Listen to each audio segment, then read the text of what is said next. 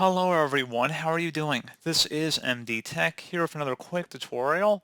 In today's tutorial, I'm going to show you guys how to hopefully resolve if your touchscreen is not working properly on your Windows 10 or Windows 11 computer. So this should hopefully be a pretty straightforward process here, guys, and without further ado, let's go ahead and jump right into it. So first thing I recommend doing would be to open up the search menu, type in Device Manager. Best result should come back with Device Manager. Go ahead and open that up.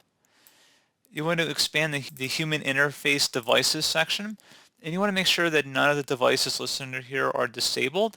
So if they were, you would see a little circle next to it, and there'd be a downward arrow. You want to go ahead and just right click on it and enable that device. And again, for any devices listed underneath human interface devices, you'd want to do that for. Something else you would also want to take a look at as well, if you want to close out of here. Open up the search menu, type in Control Panel.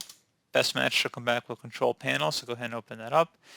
And you want to select your view by to category view and select hardware and sound. If you're on a tablet computer, there'd be an option here for tablet PC settings. And then there'd be a little pop-up and there'd be an option to reset. So underneath details, it would say reset. There'd be a reset button. Go ahead and select the reset button, and then hopefully, again, that could have resolved the problem. You could also attempt the system restore.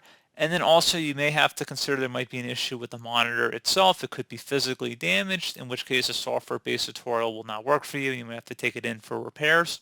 So pretty straightforward process. I do hope that I was able to help you out, and I do look forward to catching you all in the next tutorial. Goodbye.